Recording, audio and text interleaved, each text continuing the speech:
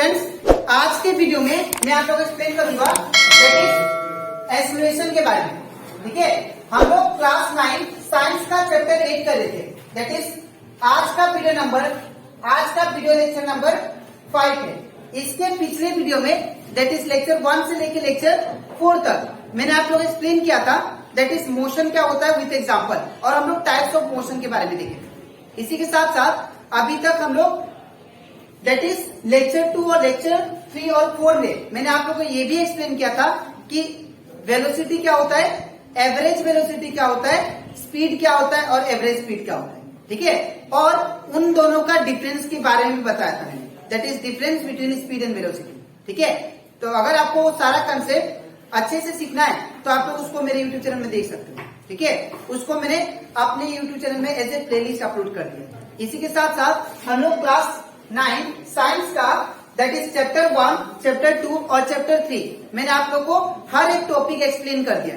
तो अगर आपको सारा टॉपिक अच्छे से सीखना है तो आप लोग उसको मेरे यूट्यूब चैनल में देख सकते हो। ठीक है, आपको हर एक टॉपिक अच्छे से कंसेप्ट को क्लियर करना है, बिकॉज आने वाला जो बोर्ड एग्जाम है उसमें आप लोग का 45 मार्क्स का एमसीक्यू आएगा। अगर आप लोग अगर 45 मार्क्स का एमसीक्यू अच्छे से सॉल्व करना है तो आप लोग को हर एक कॉन्सेप्ट अच्छे से क्लियर करना होगा। ठीक है, तो स्टार्ट करता है क्लास।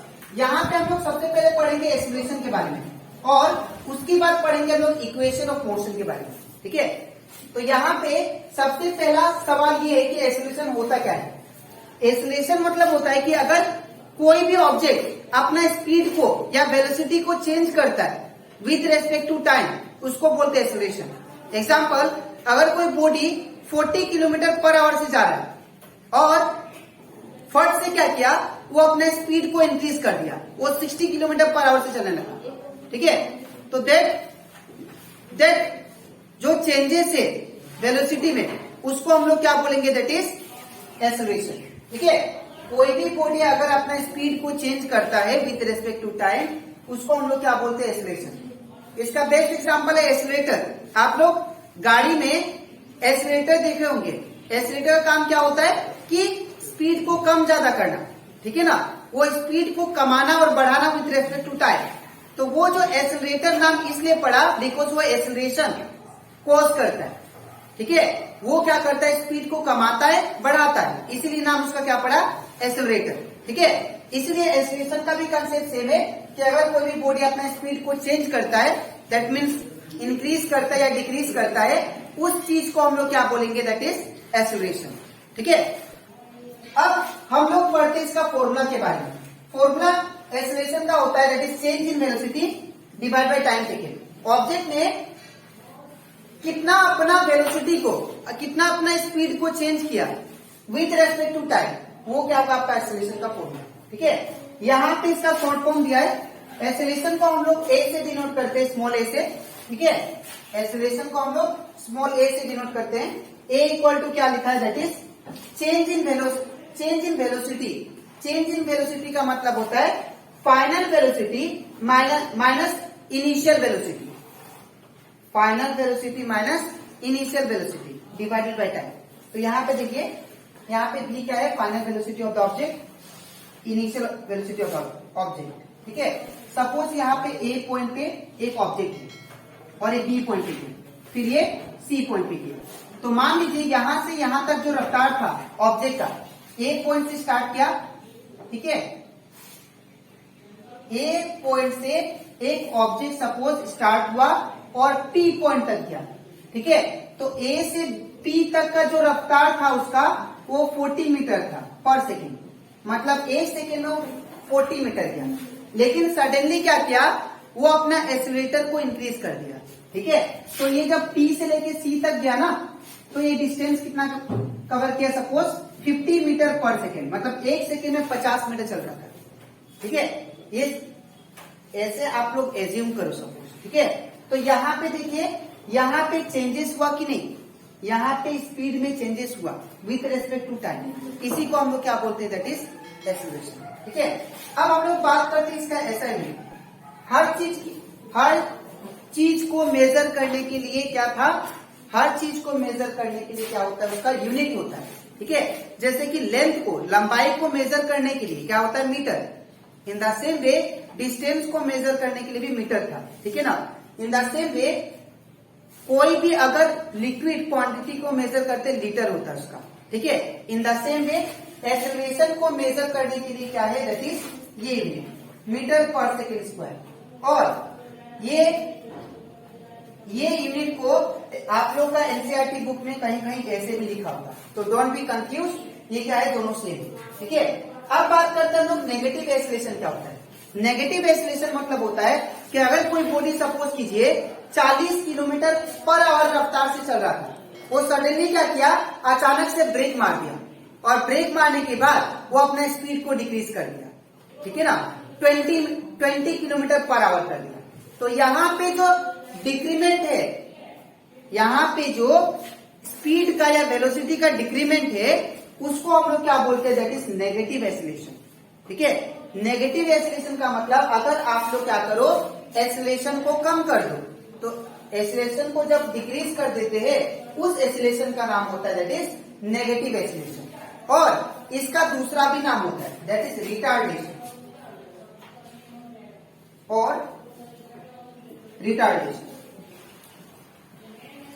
ठीक है। आप लोग याद रखना, रिटार्डेशन आप लोग का एमसीक्यू लास्ट ईयर आया था कि नेगेटिव एक्सेलरेशन इज कॉल्ड, आप लोग को ऑप्शन दे दीजिएगा, मतलब 4 ऑप्शन दे देगा, ठीक है। और उसमें से जो करेक्ट ऑप्शन होगा कौन सा होगा, रिटार्डेशन, ठीक है। तो नेगेटिव एक्सेलरेशन को याद रखिएगा, रिटार्डेशन भी बोलते हैं। और रिटार्डेशन मतलब क्या होता है कि एक्सेलरेशन को डिक्रीज कर देना, ठीक है। तो यहाँ पे लिखा है sometimes acceleration of the body decreases, कभी कभी क्या होता है, एक्सेलरेशन को डिक्रीज करना पड़ता है। सिंपल बात है, अगर आप लोग सपोज बाइक लेके जा रहे हो और रास्ता में कोई आ गया, तो आपको क्या करना पड़ेगा, ब्रेक मारना पड़ेगा, ठीक है ना। तो वहां पे क्या होगा, आपका रफ्तार डिक्रीज हो जाएगा। तो वो जो डिक्रीज हुआ वो रफ्तार, ठीक है, उसी को हम लोग क्या बोलते हैं, नेगेटिव एक्सेलरेशन और रिटार्डेशन, ठीक है। तो आई होप आप लोग का एक कंसेप्ट दैट इज एक्सेलरेशन क्या होता है और नेगेटिव एक्सेलरेशन अच्छे से क्लियर हो गया होगा, ठीक है। अब इसके नेक्स्ट स्लाइड में मैं आप लोग को समझाऊंगा इक्वेशन ऑफ मोशन के बारे में, ठीक है। तो इसके बाद हम लोग करते हैं that is equation of motion क्या होता है वो सीखते हैं, ठीक है। यहाँ पे जो आप लोग का इक्वेशन ऑफ मोशन है, ठीक है, ये मोशन का 3 इक्वेशन में है, ठीक है, जो कि आप लोग को क्लास 9 में और क्लास 11 में भी काम देगा, ठीक है। इसीलिए इसको आप लोग ध्यान से सीख लो। हमारा मोशन का 3 मेन इक्वेशन होता है, ठीक है, 3 मेन इक्वेशन होता है। पहला that is v equal to u plus at, because ये जो भी फॉर्मूला है, ये जो भी इक्वेशन है, ये आप लोग का न्यूमेरिकल जब करोगे एनसीईआरटी बुक का, वो उसमें यूज होगा। अगर आपको ये फॉर्मूला पता नहीं है तो विदाउट फॉर्मूला कब फॉर्मूला कैसे लगाना है वो मैं आप लोग को एक्सप्लेन करूंगा जब एनसीईआरटी न्यूमेरिकल कराऊंगा, ठीक है। फिलहाल के लिए आप लोग ये 3 इक्वेशन याद रखो, इक्वेशन ऑफ मोशन का ये 3 मेन इक्वेशन। पहला v equal to u plus a t, जिसको हम लोग बोलते हैं equation of first motion, first equation of motion. दूसरा that is s equal to u t plus half a t square, ये आपका जो है ये बोलेंगे सेकेंड इक्वेशन ऑफ मोशन, ठीक है। और जो थर्ड है वो होगा that is v square minus u square equal to 2a, ठीक है। इसको बोलते हैं हम लोग थर्ड इक्वेशन ऑफ मोशन, ठीक है। ये तीनों को हम लोग क्या बोलते हैं, that is equation of motion, ठीक है। अब इसको हम लोग एक एक करके समझते हैं, ठीक है। पहला फर्स्ट इक्वेशन ऑफ मोशन, जो फर्स्ट इक्वेशन ऑफ मोशन है वो क्या है, that is v equal to u plus at, ठीक है। और यहाँ पे v u a और t क्या है वो समझ लें, दैट इज इसका फॉर्मूला ये तो हो गया शॉर्टकट, ठीक है। इसको अगर लॉन्ग फॉर्म में लिखे, v का मतलब होता है final velocity, that is v, ठीक है, इज इक्वल टू u क्या है हमारा इनिशियल वेलोसिटी u, ठीक है। और प्लस का प्लस a क्या है एक्सेलरेशन इनटू t क्या है आपका टाइम, ठीक है। अब यहाँ पे जो v है इसको भी लिख दें यहाँ पे सेपरेटली, फाइनल वेलोसिटी, u क्या है इनिशियल वेलोसिटी और t क्या है टाइम टेकन और आपका a क्या है एक्सेलरेशन, ठीक है। ये जो v equal to u plus at है ये आपका फर्स्ट इक्वेशन ऑफ मोशन। अब ये आया कहां से, वो मैं इसको डेराइव करके आपको समझाता हूं, ठीक है। तो यहाँ पे डेराइवेशन अगर देखिए, यहाँ पे हम लोग जानते हैं एक्सेलरेशन ए जो होता है वो क्या होता है, change in velocity, that is v minus u by t, हम लोग जानते हैं है ना। और we can write a equal to v minus u by t, ठीक है। तो अगर मैं यहाँ पे v माइनस यू को सिंगल छोड़ू और t को मैं इस साइड लेके आऊं तो क्या होगा, यहाँ पे t डिवाइड में है, इस साइड आने से क्या होगा मल्टीप्लाई, तो ये क्या होगा at equal to v minus u, ठीक है। अब आपको क्या करना है, ये माइनस यू जो है इसको इस साइड लेके आता हूं, तो माइनस यू है, इस साइड आने से क्या हो जाएगा प्लस यू, तो ये क्या हो जाएगा that is u plus at equal to v। अब क्या करेंगे आप लोग इसको उल्टा करके, तो जब उल्टा करेंगे तो क्या होगा v equal to u plus at, ये आ गया आपका फर्स्ट इक्वेशन ऑफ मोशन, ठीक है।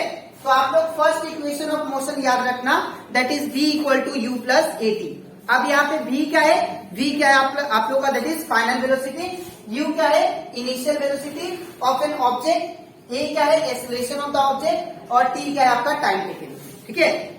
तो ये कंप्लीट हो जाता है हमारा that is first equation of motion. अब इसके नेक्स्ट एक्सप्लेन किया दैट इज एक्सेलरेशन क्या होता है, और उसी के साथ साथ मैंने आप लोग को दैट इज रिटार्डेशन और नेगेटिव एक्सेलरेशन क्या होता है वो भी एक्सप्लेन किया, ठीक है। और इसी के साथ साथ मैंने आप लोग को बताया कि इक्वेशन ऑफ मोशन जो है वो 3 है, that is equation first equation of motion, second and third equation of motion, जिसमें से मैंने आप लोगों को एक्सप्लेन किया that is first equation of motion, ठीक है। अब इसके नेक्स्ट वीडियो में मैं आप लोगों को एक्सप्लेन करूंगा that is second equation of motion and third equation of motion, ठीक है। तो अगर आपको सेकेंड और थर्ड इक्वेशन ऑफ मोशन अच्छे से सीखना है तो आप लोग इसका नेक्स्ट वीडियो के लिए वेट कीजिए, ठीक है। तो आज के लिए इतना ही, मिलते हैं नेक्स्ट वीडियो।